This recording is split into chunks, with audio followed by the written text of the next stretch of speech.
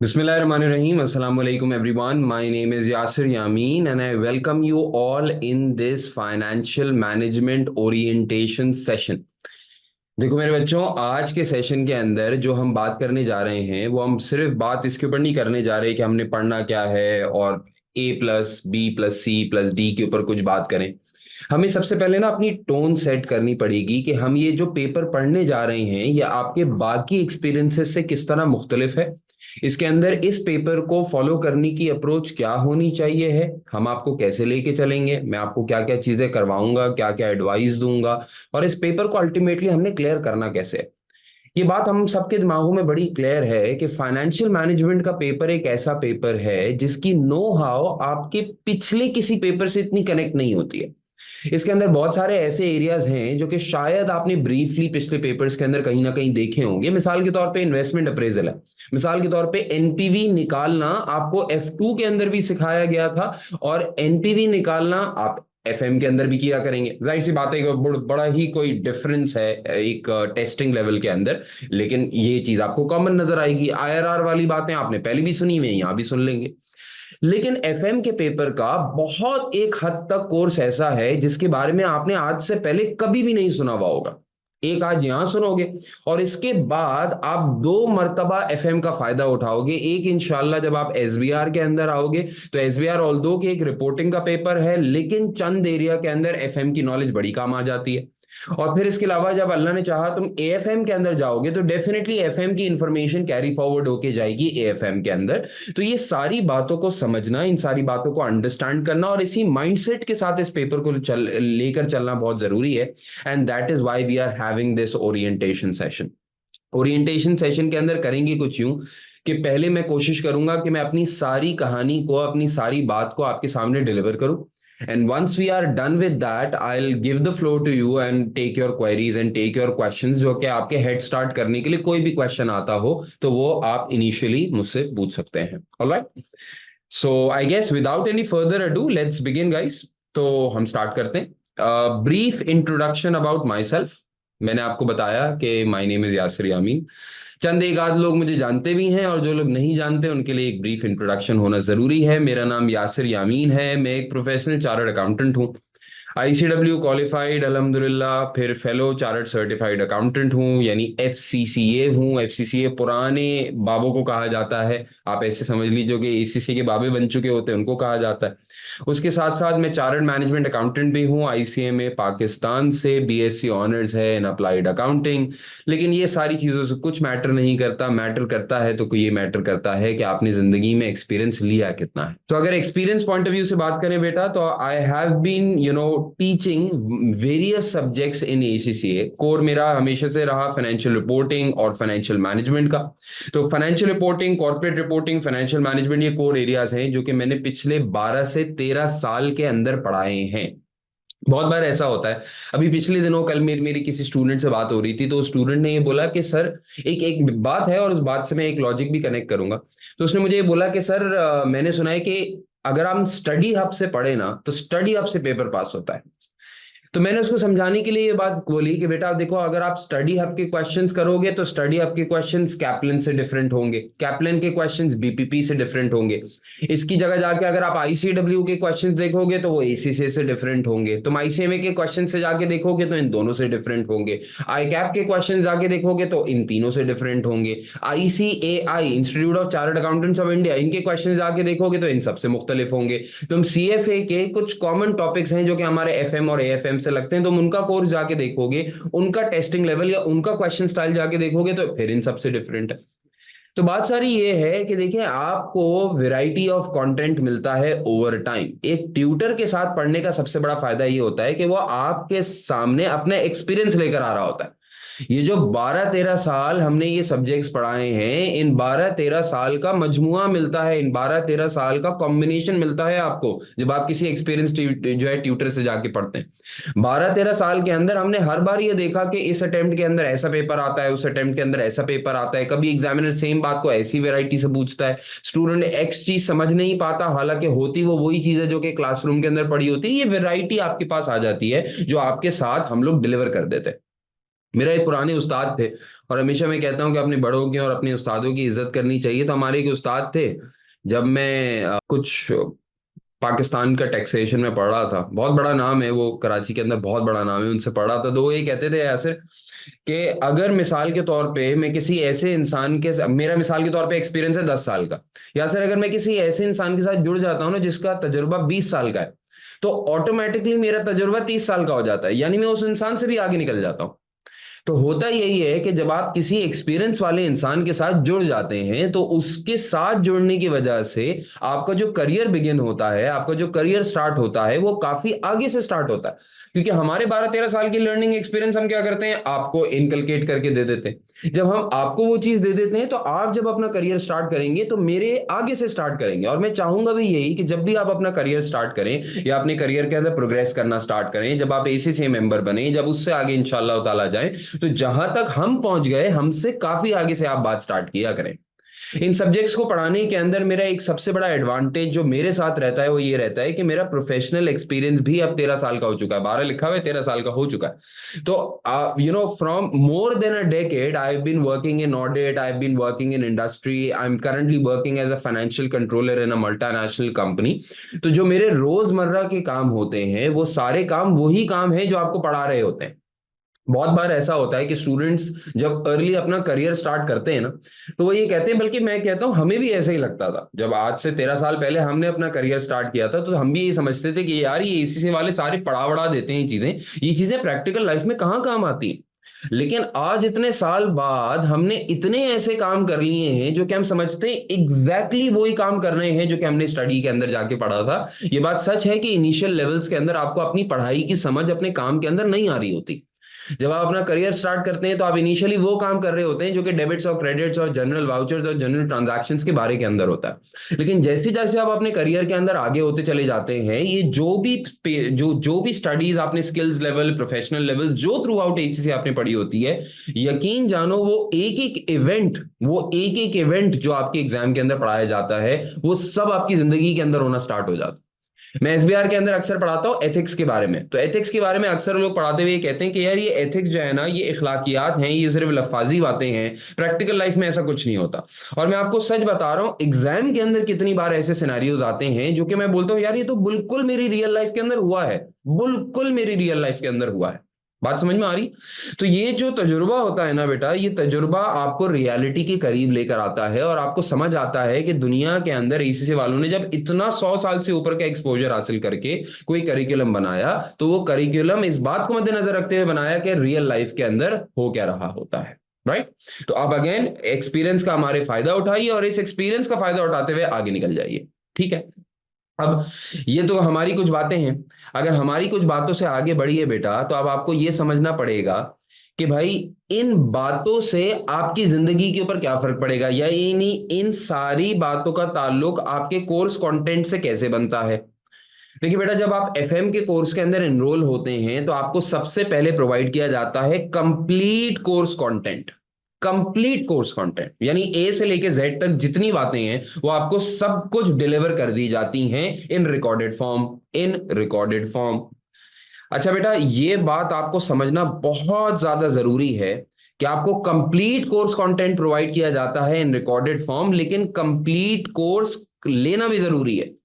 यानी मैंने अक्सर देखा है, खास तौर पे एफएम के कोर्स के अंदर अक्सर देखा है कि जब लोग पूरे लेक्चर्स लेने के बाद सवाल देखे, 2 4 6 सवाल, क्योंकि मैं सवाल ज्यादा कराता हूं, तो 2 4 6 सवाल लेने के बाद उनको लगना स्टार्ट हो जाता है कि यार ये तो मैं खुद ही कर लेता हूं, ये तो मैं खुद ही कर लेता हूं, ये तो मैं खुद ही कर लेता हूं, तो आगे वाले लेक्चर्स कंप्लीट नहीं देखते।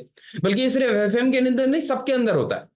बच्चे क्या करते हैं, स्टूडेंट्स चेरी पिक करना स्टार्ट कर देते हैं, और जब वो चेरी पिक करना स्टार्ट करते हैं, तो वो लेक्चर्स को स्किप करना स्टार्ट करते हैं अपनी अंडरस्टैंडिंग की बेस के ऊपर। और वो सबसे बड़ा ब्लंडर है। I mean, you can only consider your course 100% complete when you watch 100% of the lectures. जो भी 60-70 आवर्स के आपको लेक्चर्स प्रोवाइड किए गए हैं, वो सारी चीजों को कवर करते हुए प्रोवाइड किए गए हैं कि आप ए से लेके जेड तक सारी चीजें कवर कर लें, आपको ज्यादा मेहनत ना करनी पड़े, उन लेक्चर 60-70 घंटों के लेक्चर्स के थ्रू आपको सारी चीजें डिलीवर हो जाएं। अब अगर वहां पे कोई तुम कटौती करना स्टार्ट करोगे, कोई स्किपिंग करना स्टार्ट करोगे, तो ये वाली चीज फिर आपके लिए वैलिड नहीं रहती। फिर हम कंप्लीट कोर्स लेक्चर्स के साथ साथ, ये जब आप एफएम के अंदर एनरोल हुए हुए होते हैं, तो आपको प्रोवाइड किए जाते हैं चंद लाइव सेशंस। और इन लाइव सेशंस का टारगेट ये होता है कि हम अटेम्प्ट करें कुछ पास पेपर्स और एग्जाम की प्रैक्टिस करें। लाइव सेशंस के अंदर जब एग्जाम किट की प्रैक्टिस देखते हैं या स्टडी आपके क्वेश्चंस देखते हैं या कोई डिफरेंट चीज जाके देखते हैं, तो उससे सबसे बड़ा फायदा ये होता है कि पहली बात तो आपका मेरे साथ इंटरेक्शन बनता है।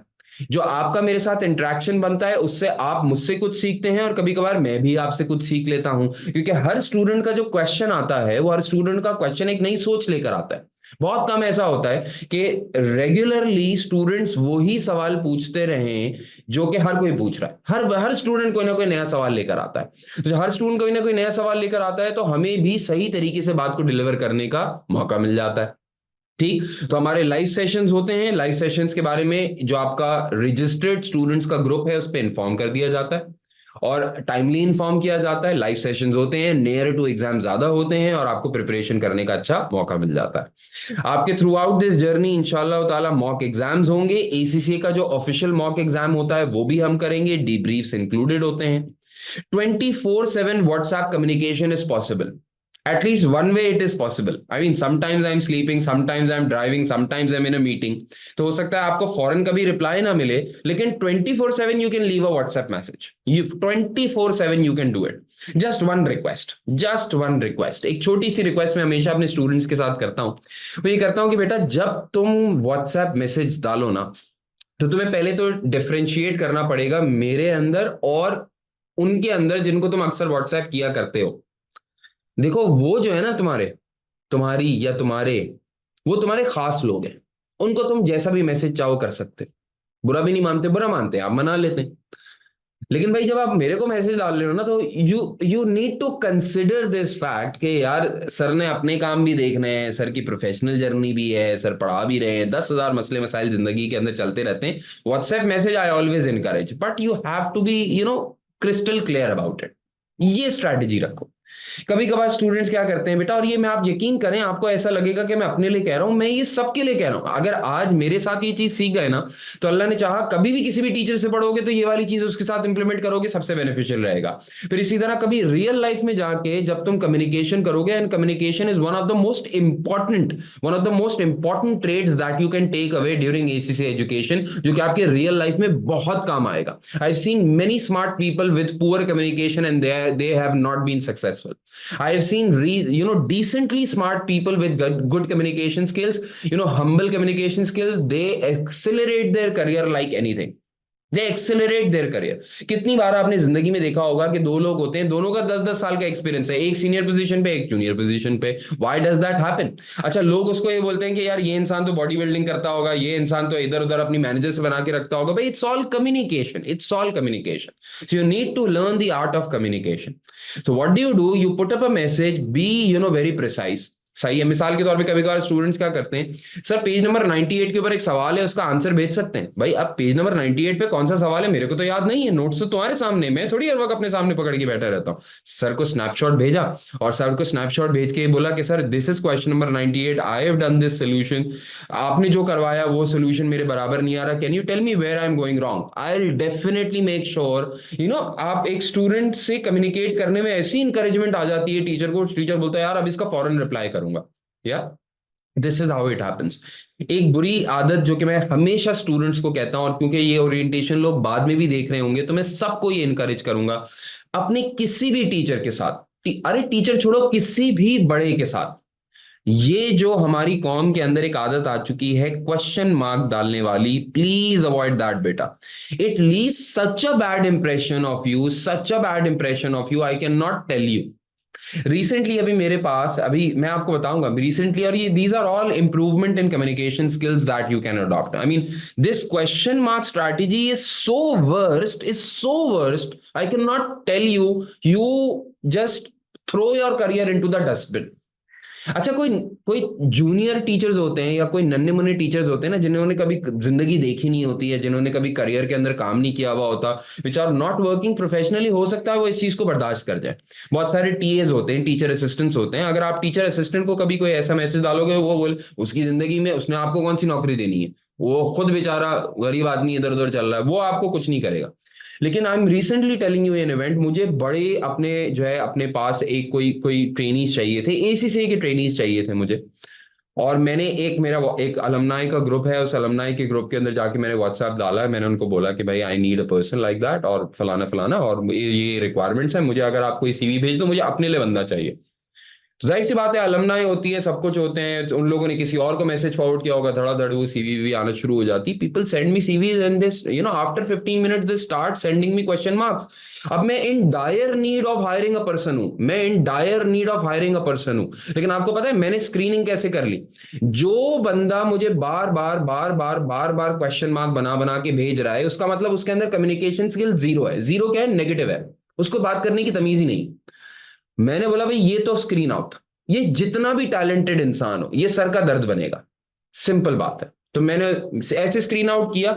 अच्छा, लोग रिमाइंडर डालते हैं, और रिमाइंडर डालना भी इज एन आर्ट। तो रिमाइंडर डालने का बहुत सारे स्टूडेंट्स, इतने अच्छे स्टूडेंट्स होते हैं, रिमाइंडर कैसे डालते हैं?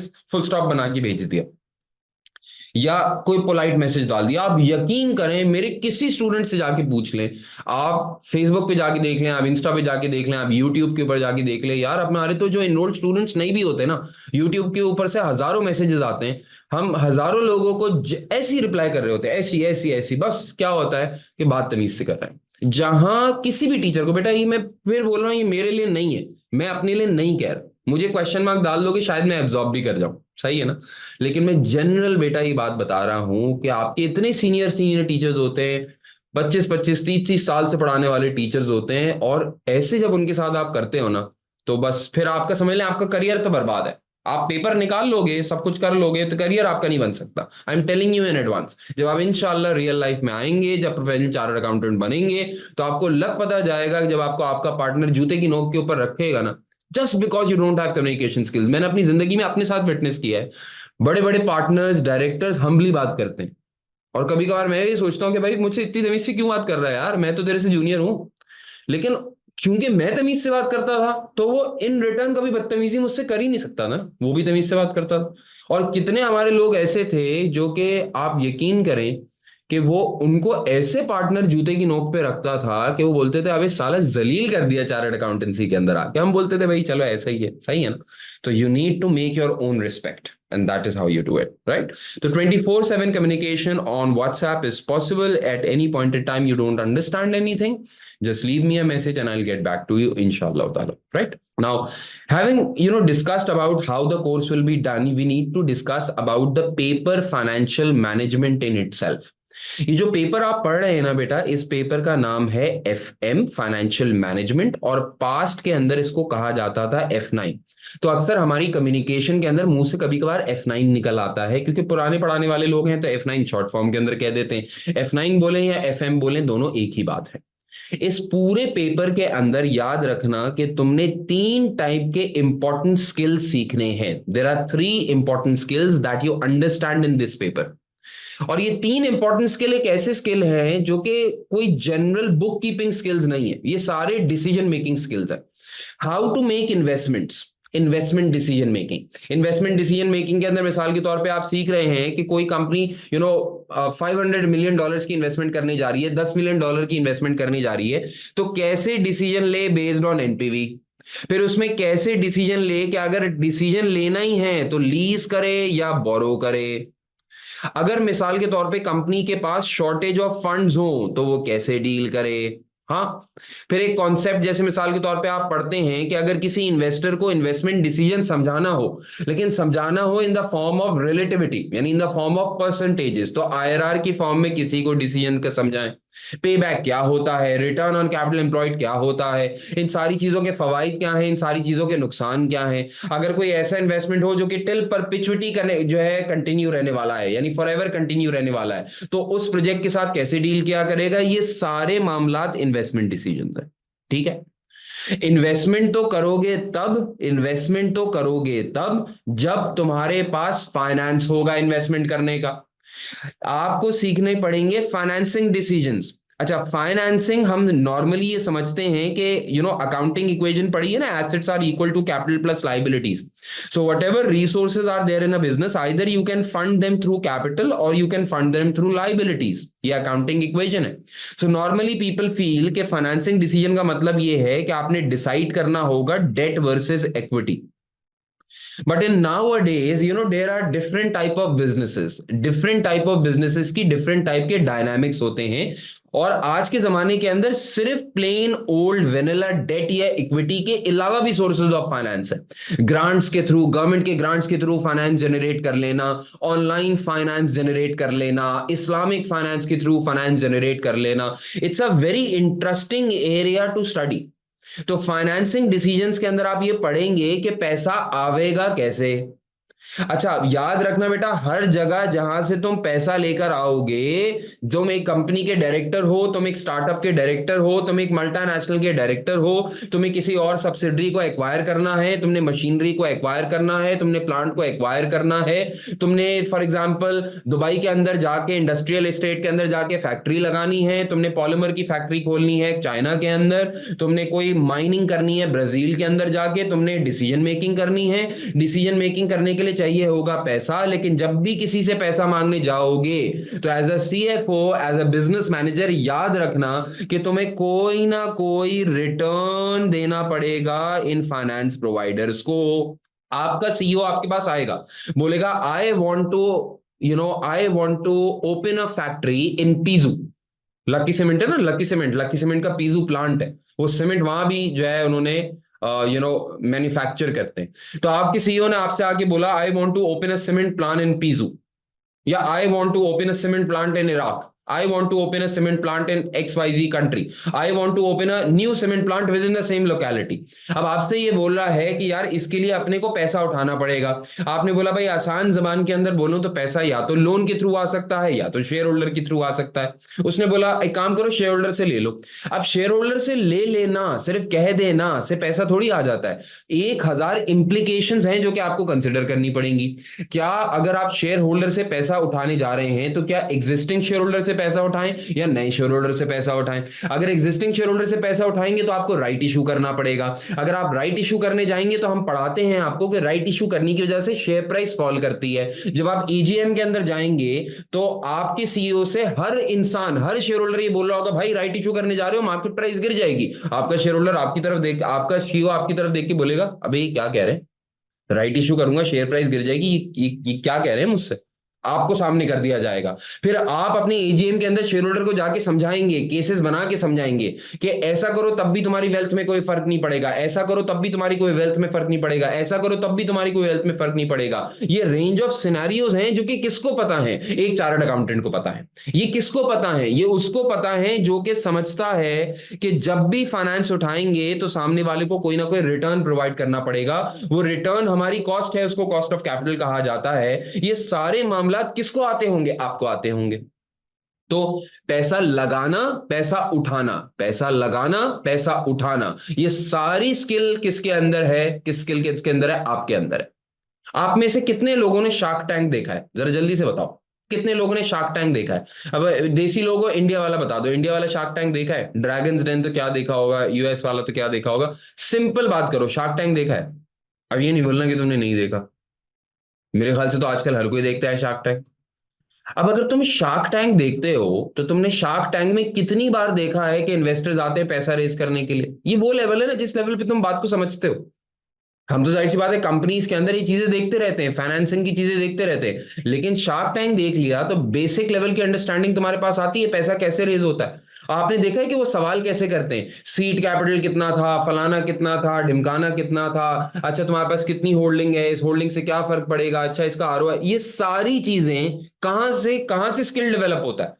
देखो ना, एक बंदा शार्क टैंक के अंदर आके अपनी पिच रखता है, वो पैसा उठा रहा है, एक बंदा इन्वेस्टर है वो पैसा लगा रहा है। ये दोनों की व्यूज आपको आने चाहिए हैं, क्योंकि कभी आप फाइनेंस रेज भी कर रहे हो सकते हैं, कभी आप एक इन्वेस्टर भी हो सकते हैं। ये दोनों स्किल किधर आ जाएगी? आपके पास आ जाएगी।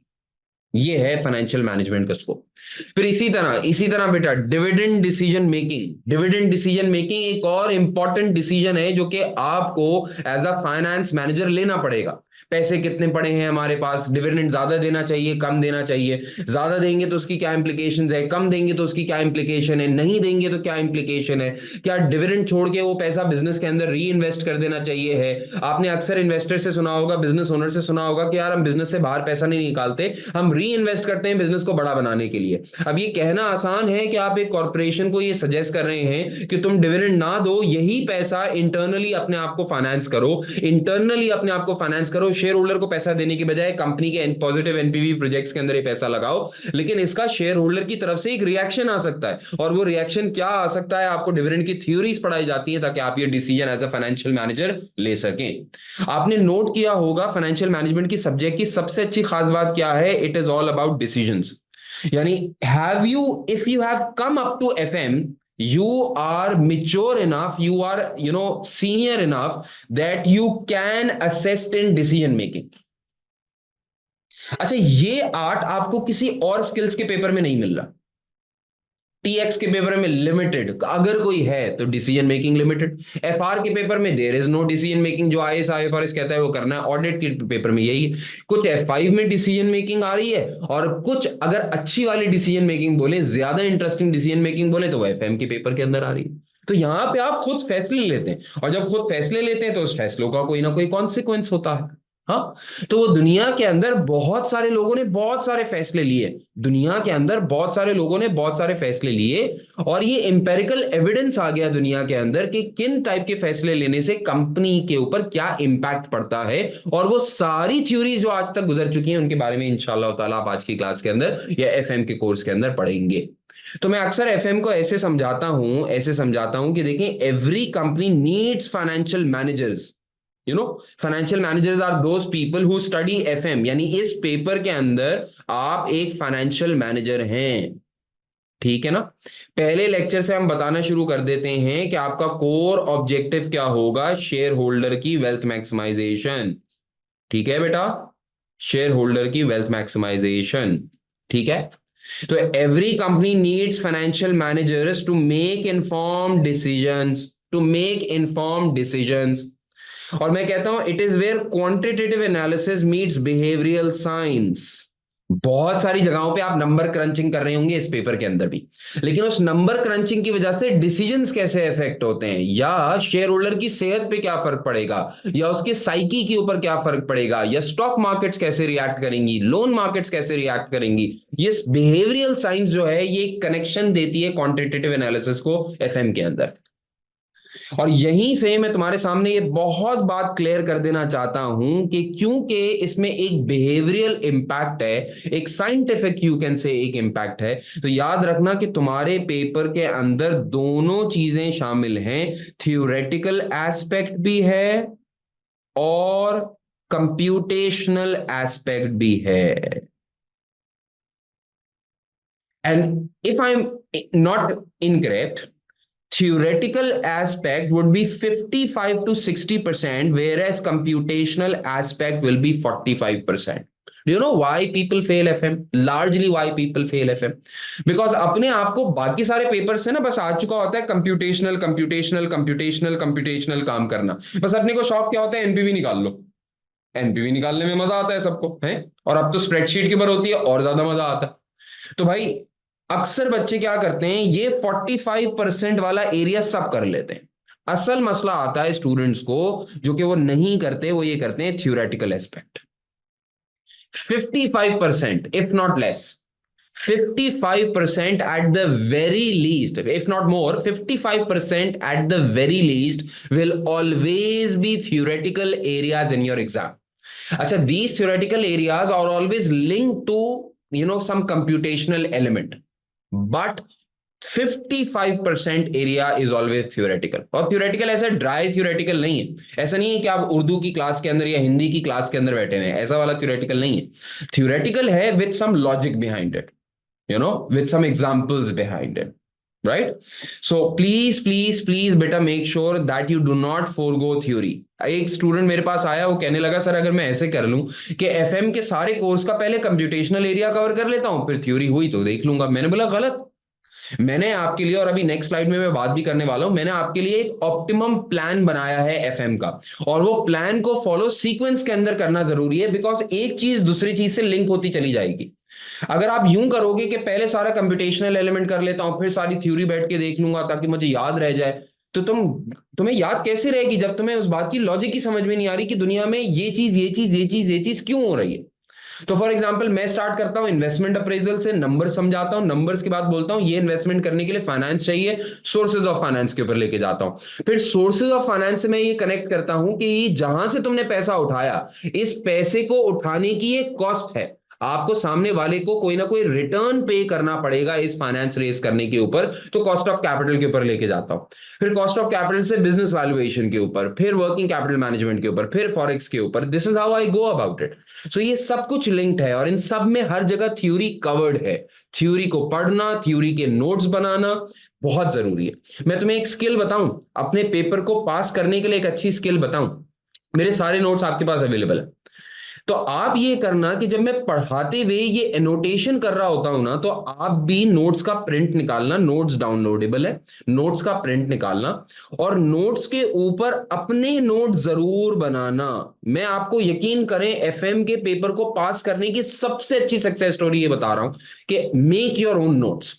मेरे नोट्स तो मैंने खुद लिखे हैं, तो वो पूरी कोशिश की है कि लेमैन लैंग्वेज में हो, लेकिन फिर भी जब मैं अपनी लेक्चर बात डिलीवर कर रहा होता हूं तो 10,000 चीजें और कंट्रीब्यूट कर देता हूं उस लेक्चर के अंदर। अपने नोट्स बनाते रहना, उर्दू, हिंदी, अंग्रेजी जो समझ में आता है उसमें अपने नोट्स बनाते रहना, क्योंकि एक बार जब तुम्हारा कोर्स कंप्लीट हो जाएगा और लास्ट 15 डेज के अंदर तुम रिवीजन करने बैठोगे, तो ये जो तुम्हारी अपनी एनोटेशन हुई हुई होगी ना, ये जो तुम्हारे अपने नोट्स बने हुए होंगे ना, ये तुम्हें सबसे ज्यादा हेल्प करेंगे क्विकली रिवाइज करने के अंदर। बिकॉज मुझे पता है 15 दिन के अंदर अगर आप बिल्कुल स्क्रैच से दोबारा स्टार्ट करें तो वो टाइम वेस्टर है। फिर आप मॉक कब करोगे, फिर आप और पास पेपर्स कब करोगे, फिर आप बाकी चीजें कैसे देखोगे, फिर आप क्वेरीज के ऊपर कैसे काम करोगे, हाँ, तो मसला होगा ना। तो अपने नोट्स हमेशा बनाना, ओवरराइट कर करके बनाना। बहुत अच्छे अच्छे स्टूडेंट मेरे क्या करते हैं, कोई मुश्किल लफ्ज आता है ना फाइनेंस का, तो उसके ऊपर एरो बना के अपना उर्दू का लफ्ज लिख लेते हैं, सो दैट उनको याद रहे कि सर ने इस वाले लफ्ज को ऐसे समझाया था।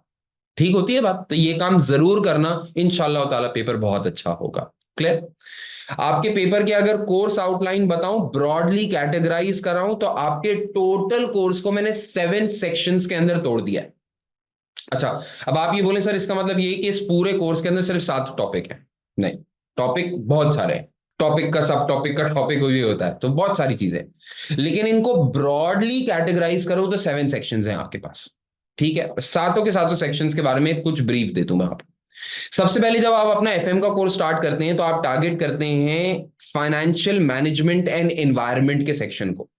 इसके अंदर मैं आपको ये सिखाऊंगा कि what do you mean by financial management, why do you need to learn financial management, how the organisations are made, organisations की हायरार्की क्या होती हैं, ऑर्गेनाइजेशंस अपने ऑब्जेक्टिव्स कैसे सेट करती हैं, ऑर्गेनाइजेशंस के अंदर कैसे कॉन्फ्लिक्ट ऑफ इंटरेस्ट क्रिएट हो जाता है with respect to objectives of an entity, right. फिर मैं आपको इसके अंदर एक और एरिया जब पढ़ाना स्टार्ट करूंगा जो कि खास तौर पे एनवायरनमेंट से लिंक होता है, वो एरिया है इकोनॉमिक्स का। ये इकोनॉमिक्स का एरिया बेटा बहुत इंपॉर्टेंट है, बहुत इंपॉर्टेंट है, क्योंकि इसके ऊपर बहुत एमसीक्यूज एमटीक्यूज निकलते हैं। इकोनॉमिक्स का एरिया पढ़ोगे तो तुम्हें आगे चल के फॉरेक्स में भी हेल्प मिलेगी, बाकी सारे कोर्स में भी हेल्प मिलेगी, तो इकोनॉमिक्स का एरिया पढ़ना पड़ता है। फिर एक एरिया है, मैं यहीं पे आप लोगों को रिवाइज करवा देता हूं, रेशोज भी। रेशोज बहुत आते हैं एफएम के अंदर, मतलब कोई रेशो पे इंटरप्रिटेशन करना इतना एफएम के अंदर नहीं आता, लेकिन रेशोज का इस्तेमाल बहुत है एफएम के अंदर, यानी कि न्यूमेरिकल इस्तेमाल बहुत है। तो यहीं पे आप रेशोज भी थोड़े मेरे साथ रिवाइज कर लेते हैं। ठीक है, अभी फाइनेंशियल मैनेजमेंट और फाइनेंशियल एनवायरनमेंट के मैंने कुछ नए लेक्चर्स भी अपलोड किए हैं। ठीक है, और इन लेक्चर्स का जो नोट्स हैं वो भी आपके पास अपडेट हो जाएगी। तो याद रखना कि खास तौर पे अगर कोई पुराना एनरोल हुआ है तो जो शुरू के 2 लेक्चर्स हैं वो नए लेक्चर्स हैं, तो वो नए लेक्चर्स को थ्रू कर लेना। इसके अंदर अगर कोई नॉन प्रॉफिट ऑर्गेनाइजेशन है जिसके ऊपर हमेशा से सवाल आता है, तो नॉन प्रॉफिट ऑर्गेनाइजेशन को कैसे डील करना है वो भी इन्हीं लेक्चर्स के अंदर कवर हुआ है। तो प्लीज मेक श्योर करना कि इनको जरूर देखो। ये है थियोरेटिकल, लेकिन आप इसको एक मूवी की तरह देखोगे ना, कि आपने पीछे बैठा और सर का लेक्चर बस सुनते रहो, इसमें आपने कुछ नहीं करना, यानी इससे कोई आउटपुट ऐसा नहीं निकलेगा कि जो आपने रटना हो. Nothing to ratify, nothing to ratify. Just listen, and I'm telling you, if you listen to me very carefully and just start writing your own notes on my notes, it will be more than enough. You will never need to revise it because आपका concept building होगी यहाँ पे. ठीक है. तो economics को समझना, macro economics को समझना, रेशियोज को समझना, कंपनी को समझना, ऑर्गेनाइजेशन कैसे ऑपरेट करती है इस बात को समझना, ये सब कवर करेंगे हम पहले टॉपिक के अंदर. जैसे ही आप ये समझ लेंगे कि ऑर्गेनाइजेशन है क्या, चलती कैसे है, उसका ऑब्जेक्टिव क्या है, फड्डे कैसे होते हैं, बोर्ड का होना क्यों जरूरी है, डायरेक्टर्स का होना क्यों जरूरी है, उसमें इंडिपेंडेंट का क्यों होना जरूरी है, एग्जीक्यूटिव का होना क्यों जरूरी है, लॉ क्या कहता है इस बारे में, जब आप ये समझ लेंगे तो हम जाएंगे सबसे पहले इन्वेस्टमेंट्स के ऊपर. सही है. इन्वेस्टमेंट अप्रेजल के टॉपिक पे जाएंगे. वही इन्वेस्टमेंट अप्रेजल के टॉपिक में वही कुछ पुरानी चीजें, एनपीवी, आईआरआर, पे बैक, रोस, ये सारी चीजें पढ़ोगे. फिर इसी तरह इसी चैप्टर के अंदर तुम पढ़ोगे कुछ स्पेसिफिक इन्वेस्टमेंट डिसीजन मेकिंग. हाँ, स्पेसिफिक इन्वेस्टमेंट डिसीजन मेकिंग के अंदर तुम्हें पढ़ना पड़ेगा कि मिसाल के तौर पे अगर कंपनी की जेब में लिमिटेड अमाउंट ऑफ पैसे हो, limiting factor analysis, limited amount of पैसे हो तो लिमिटेड अमाउंट ऑफ पैसे के साथ कैसे इन्वेस्टमेंट्स की जाती हैं, या मिसाल के तौर पे लीज और बाय डिसीजन मेकिंग कैसे की जाती है, या मिसाल के तौर पे एसेट रिप्लेसमेंट डिसीजन मेकिंग कैसे की जाती है, सेंसिटिविटी एनालिसिस क्या होती है. ये सारी चीजें बहुत अच्छी चीजें हैं और ये पढ़ेंगे आप इन्वेस्टमेंट अप्रेजल के अंदर.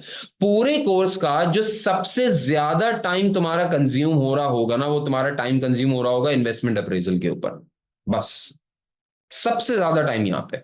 और वंस ये वाला सबसे बड़ा सेक्शन, सबसे बड़ा एरिया तुम्हारे पेपर का क्लियर हो गया, तुमने ये खत्म कर लिया, तो उसके बाद जो बाकी 5 एरियाज आपके बचेंगे वो उतने लेंदी नहीं है. हाँ, वर्किंग कैपिटल मैनेजमेंट थोड़ा लेंदी है, लेकिन इसके अलावा कोई बहुत लेंदी नहीं है. बाकी सारे बस ये है कि भाई 6 लेक्चर है, 8 लेक्चर है, 9 लेक्चर है, आपने कवर किया, आप चीज पूरी हो गई, उसके साथ पास पेपर कवर किए, चीजें पूरी हो गई. लेकिन सबसे ज्यादा लेक्चर मेरे ख्याल से 20+ lectures, if I am not wrong, 18-20 lectures हैं इन्वेस्टमेंट अप्रेजल के अंदर. ठीक है. तो ये आपने कवर करने होंगे और प्लीज सीक्वेंस से कवर करना, प्लीज, और सारे कवर करना, सारे पास पेपर्स करना. अगर मैंने कहीं 12 पास पेपर कराए हुए, 12 करो भैया. 10 कराए हुए, 10 करो भैया. आप जितने मैंने कराए, जैसे कराए उसे करना लाजिम है, लाजिम है. Because the more you do practice here, the better you will be, the better you will be. Clear होती है बात? ये काम जरूर करना. ठीक है बेटा. वहां से हम चलेंगे, तो वहां से हम चलेंगे तो उस एरिया के ऊपर जिसका मैं अभी जिक्र कर रहा था, sources of finance. Sources of finance के अंदर आप पढ़ेंगे कि शॉर्ट टर्म के लिए अगर पैसा चाहिए हो तो क्या करना पड़ेगा. अच्छा प्लीज एक सेकेंड रुकिएगा. Short term sources of finance पढ़ेंगे.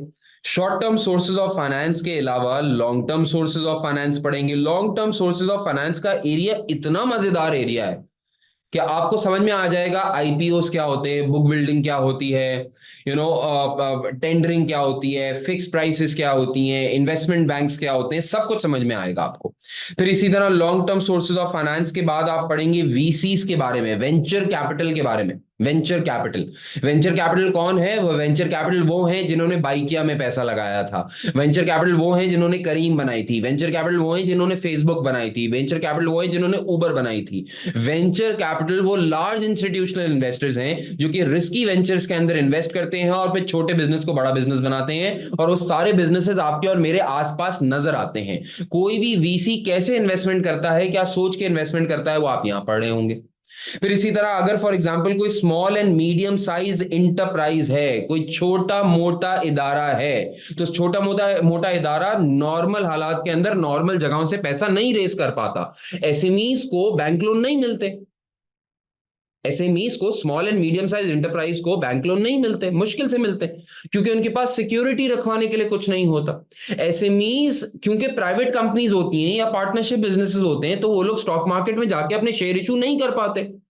सर ना वो शेयर इशू कर पाते हैं, ना वो लोन्स ले सकते हैं, तो सर फिर चलते कैसे हैं? कैसे छोटा बिजनेस बड़ा बिजनेस बनता है? There are alternative sources of finance. Even web online के ऊपर तक पैसा जनरेट हो सकता है, और वो सब आप कहां से पढ़ते हैं? वो सब आप पढ़ते हैं एसएमईज के अंदर, एसएमई फाइनेंस से.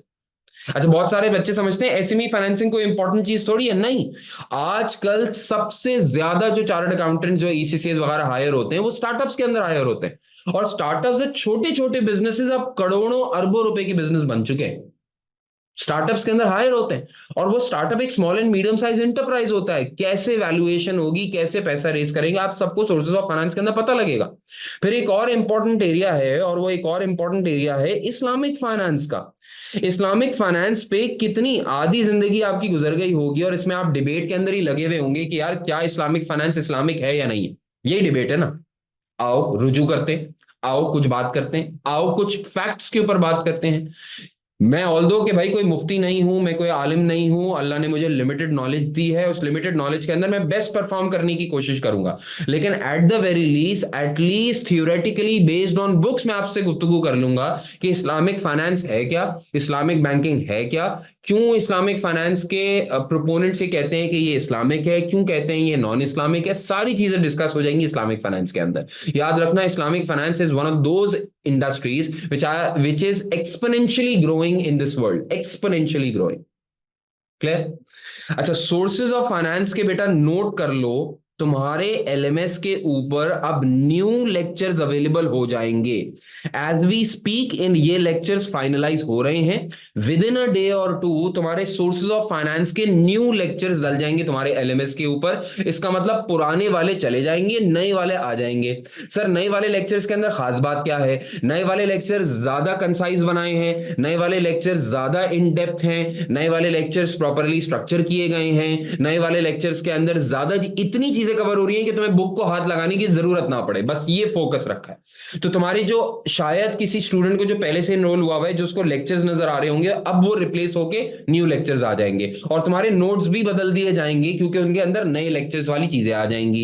एज वी स्पीक ये काम हो जाएगा इंशाल्लाह। आज हो जाएगा, कल हो जाएगा, या परसों हो जाएगा, विद इन अ डे और टू ये काम हो जाएगा, राइट। तो I am giving you more precise content, more relevant content, more exam oriented content, so that you spend less time and learn much more. That's the agenda.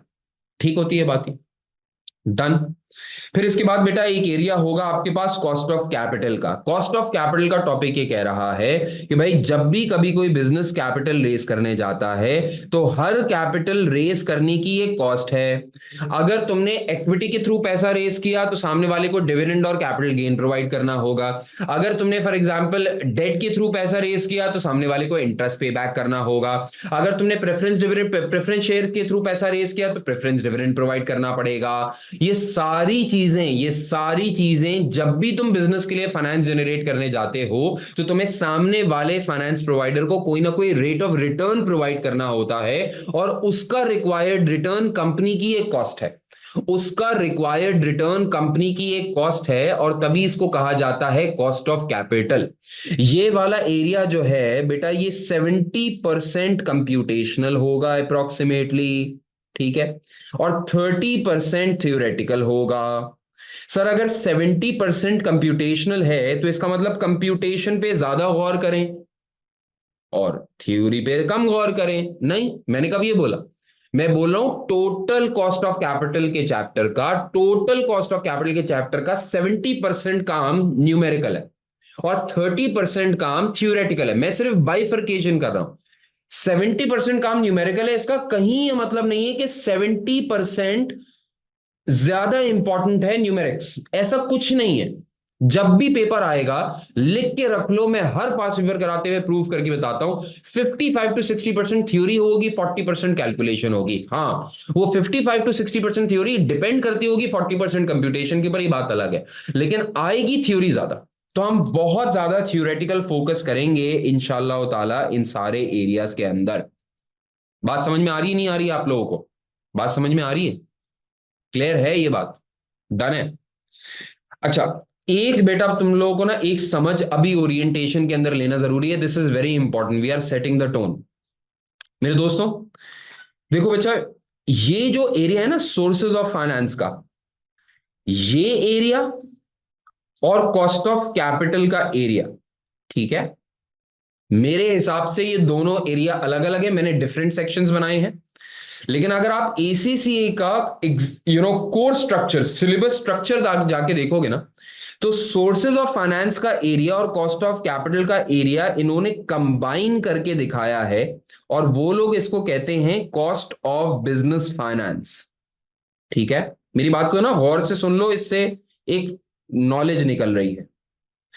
ACCA की course outline के अंदर officially वो इन दोनों areas को combine करके दिखाते हैं और बोलते हैं कॉस्ट ऑफ बिजनेस फाइनेंस। उनके यहां एक सेक्शन है। मैं किस तरह पढ़ाता हूं कि मैं इन दोनों सेक्शन को ब्रेक कर देता हूं, सोर्सेज ऑफ फाइनेंस पहले पढ़ाता हूं, फिर कॉस्ट ऑफ कैपिटल पढ़ाता हूं, ताकि सीक्वेंस रहे।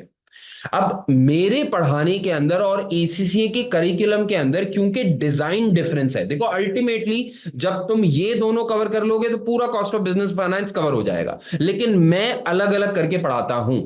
अब क्योंकि मैं अलग अलग करके पढ़ाता हूं तो एक लिमिटेशन यहां पे ये क्रिएट हो जाती है कि सोर्सेज ऑफ फाइनेंस के लॉन्ग क्वेश्चंस आप नहीं कर पाएंगे जब सोर्सेज ऑफ फाइनेंस पढ़ा। अब बच्चे बोलेंगे सर लुट गए, बर्बाद हो गए, आप तो लॉन्ग कराएंगे ही नहीं। भाई मैं बेवकूफ तो नहीं, मैंने तो कभी ही नहीं बोला लॉन्ग नहीं कराऊंगा।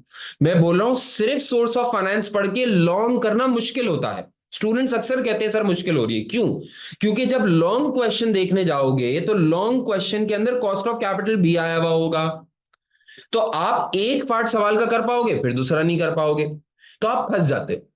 तो मैं क्या करता हूं, मैं इनकरेज स्टूडेंट को ये करता हूं कि बेटा तसल्ला रखो, तसल्ला रखो। पहले ओरिएंटेशन में भी बता रहा हूं, सोर्सेज ऑफ फाइनेंस कराऊंगा सेक्शन ए सेक्शन बी, यानी जिसमें एमसीक्यूज होते हैं वो करवा दूंगा। लेकिन जब लॉन्ग क्वेश्चन करने का मजा तब है, लॉन्ग क्वेश्चन करने का मजा तब है, असल मजा, कुछ लॉन्ग क्वेश्चन फिर भी करा देता हूं जो ज्यादातर थ्योरेटिकल होते हैं, लेकिन असल लॉन्ग क्वेश्चन करने का मजा तब है जब कॉस्ट ऑफ कैपिटल भी पढ़ लिया। तो जब ये दोनों एरियाज हम पढ़ लेंगे, जब ये दोनों एरियाज हम पढ़ लेंगे तो कंबाइन सवाल किया करेंगे कॉस्ट ऑफ बिजनेस फाइनेंस का, ताकि आपको बिल्कुल मतलब सुपर समझ में आ जाए, सुपर समझ में आ जाए।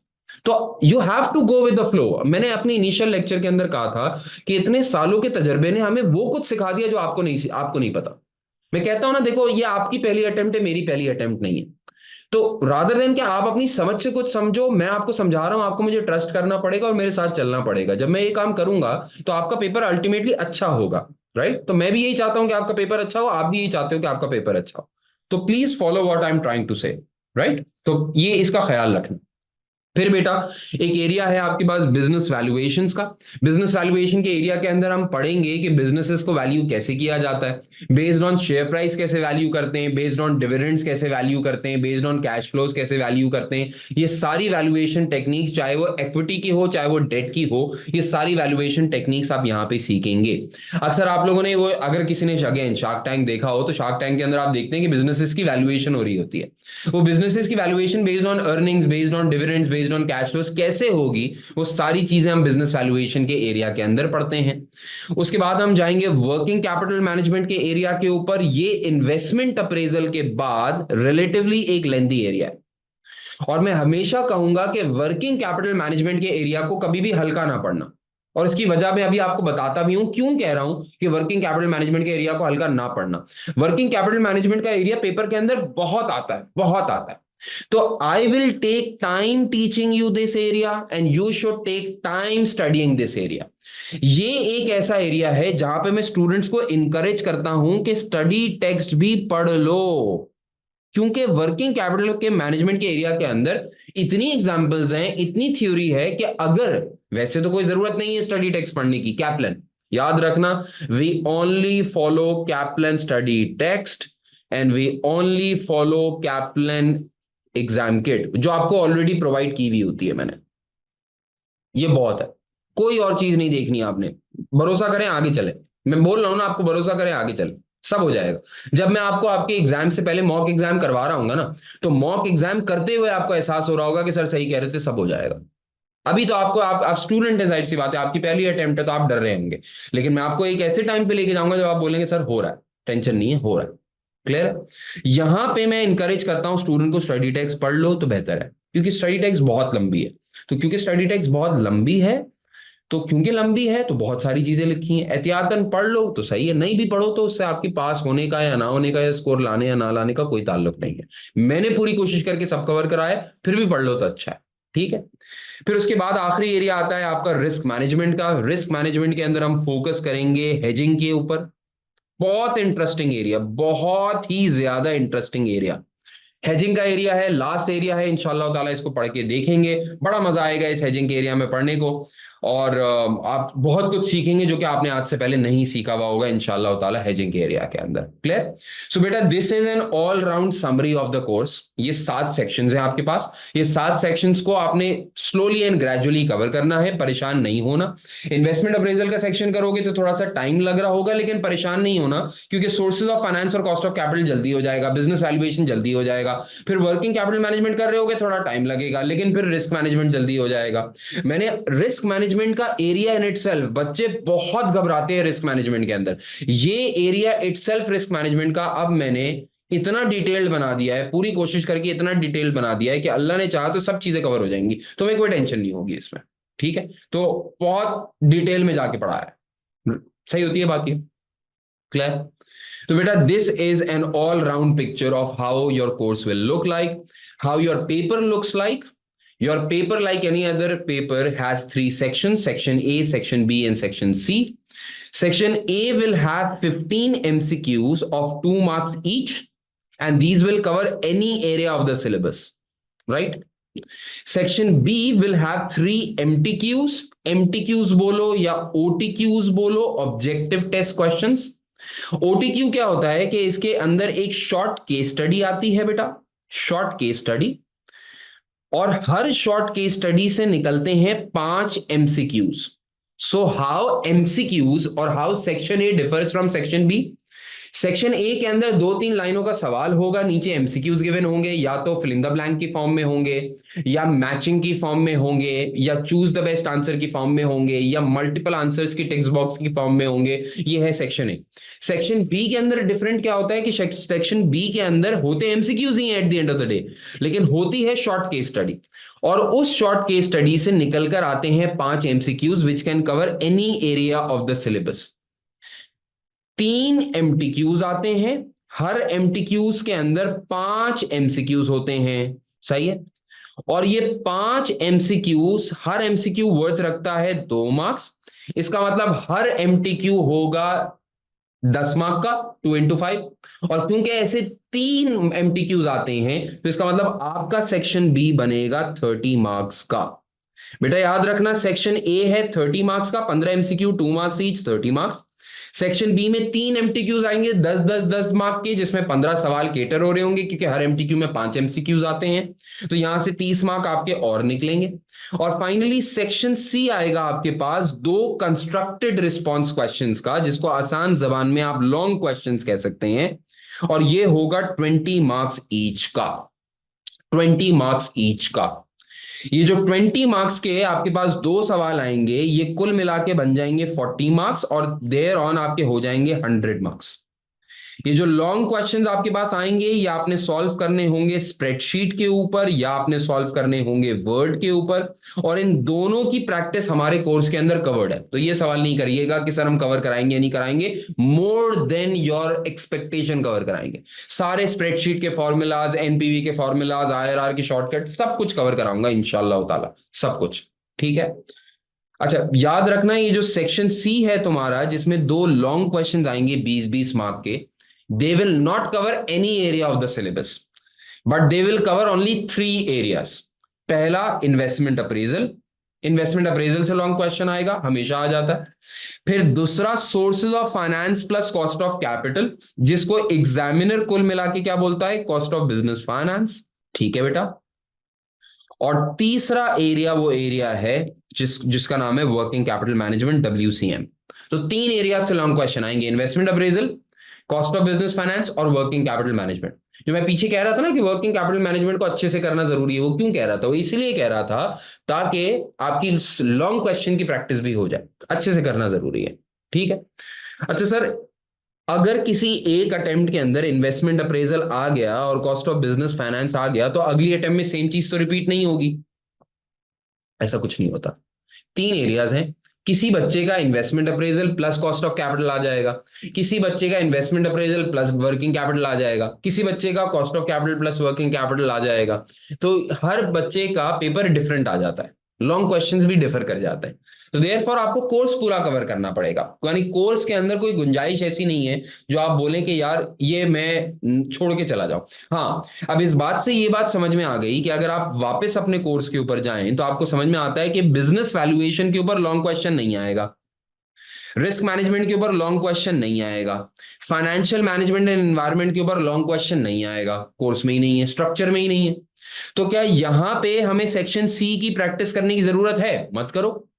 तुम कैप्लन की एग्जाम किट में देखोगे ना, तो इवन इस एरिया के कुछ पुराने पास पेपर दिए हुए, क्योंकि बहुत साल पहले ये सब भी टेस्ट होते थे सेक्शन सी जैसे फॉर्मेट के अंदर। एक जमाने में तो पहले लॉन्ग क्वेश्चंस ही होते थे ना, एमसीक्यूज तो होते ही नहीं थे। तो पुराने आपकी किट ने पुराने पास पेपर डाले हुए हैं, लेकिन क्या करने की जरूरत है? नहीं।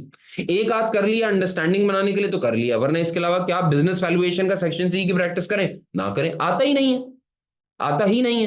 तुम उस चीज की प्रैक्टिस करके अपने आपको उस चीज के लिए यूज टू बना रहे होगे जो कि एग्जामिनेबल ही नहीं है। यू वेस्टिंग योर टाइम, और आपके पास टाइम की तो किल्लत है, वैसे आपके पास टाइम तो इतना होगा नहीं।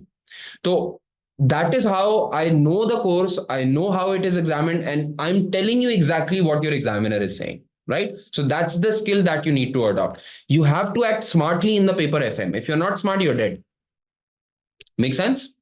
तो ये बात आपने जरूर जरूर जरूर कंसिडर करनी होगी। And once you are done with all of this, I hope कि आपको ये सारी बातें समझ में आती होंगी। Once you are done, I need to tell you how will we go through it. देखिए, आपको रिकॉर्डिंग्स प्रोवाइड की गई हैं अप्रोक्सीमेटली 60 प्लस आवर्स की, एंड दैट कवर्स एवरीथिंग। सही है ना? That takes into impact of new lectures, जो कि मैंने अभी इनिशियली आपको बताए थे। इसके अंदर एग्जाम्पल क्वेश्चंस भी शामिल हैं, इसके अंदर एग्जाम किट भी शामिल है। हम चंद लाइव सेशंस करेंगे, जिन लाइव सेशंस के अंदर हम कभी पास पेपर्स की प्रैक्टिस किया करेंगे, कभी स्प्रेडशीट की प्रैक्टिस किया करेंगे, और आपकी क्वेरीज को रिजॉल्व किया करेंगे। तो इन दो चीजों का कॉम्बिनेशन आपको इंशाल्लाह आपके पेपर के अंदर सक्सेसफुल करवाएगा। ठीक सर, अगर हमने इनरोल करना है या अगर हम इनरोल हो चुके हैं तो मतलब पैटर्न क्या रहेगा? भाई पैटर्न क्लियर है। आपने इनरोलमेंट करानी है, आपने सिंपली जाना है www.accaonline.co के ऊपर। वहां से आपने कोर्स बाय करना है, अपने आप को इनरोल कराना है। आप रजिस्टर करा ले अपने आप को। रजिस्टर का मतलब होता है आपने साइन अप करना है, सिंपली आप साइन अप कर लें। फिर आप चाहें तो अगर फीस वगैरह की डिटेल्स चाहिए तो ये मेरा नंबर है, आप मुझसे डायरेक्टली कोऑर्डिनेट कर सकते हैं। वरना बेहतर यही है कि आप चाहें तो स्टूडेंट सपोर्ट से कोऑर्डिनेट करें, उनका काम ही यही है। स्टूडेंट सपोर्ट का नंबर है +9230489489 030404890489। This is their number. आप इनके पास जाएं, फीस पूछें। अगर आपको बैंक ट्रांसफर के थ्रू वगैरह पे करना है, कोई और मींस के थ्रू पे करना है, आप इनसे अलाइन करें, दे विल असिस्ट यू। वरना सबसे आसान काम तो ये है, जो कि मैं हाईली सजेस्ट करता हूं, just go on the website, click on purchase the course and there you are. खत्म, खल्लास, फिनिश, डन। कुछ नहीं। एग्जाम किट, बुक, नोट्स, सब कुछ एलएमएस के ऊपर आपको प्रोवाइडेड होंगे।